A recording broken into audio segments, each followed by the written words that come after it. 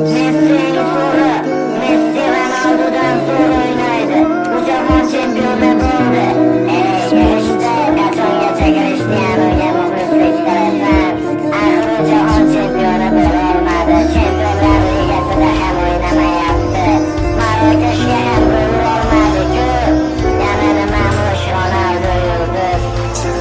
Futbolni ermak uchun o'ynamagan Cristiano, ko'plab yulduzlaring sindi lekin Ronaldo. Balki sen Messiga muxlisdan olmaysan, boshqasini uni qirol deya atab oldin to'pini sanarsan. Ammo qilgan harakating ketadi bil besamar. Ronaldo bo'lmaganda yulduz bo'larmish Benzema. G'iybatin qilib charchashmadi Portugal o'g'lonini, Messiga fanat deyishar Ronaldo'ning o'g'lini. Har daqiqa har soniyada to'xtamadi, yugurishdan kibrga bo'lmadi do'st, nochorlarga berdi yordam. Ronaldo'ni yomon deding, kulganing rost ustidan. Unda nega yaxshiliklarini chiqardingiz?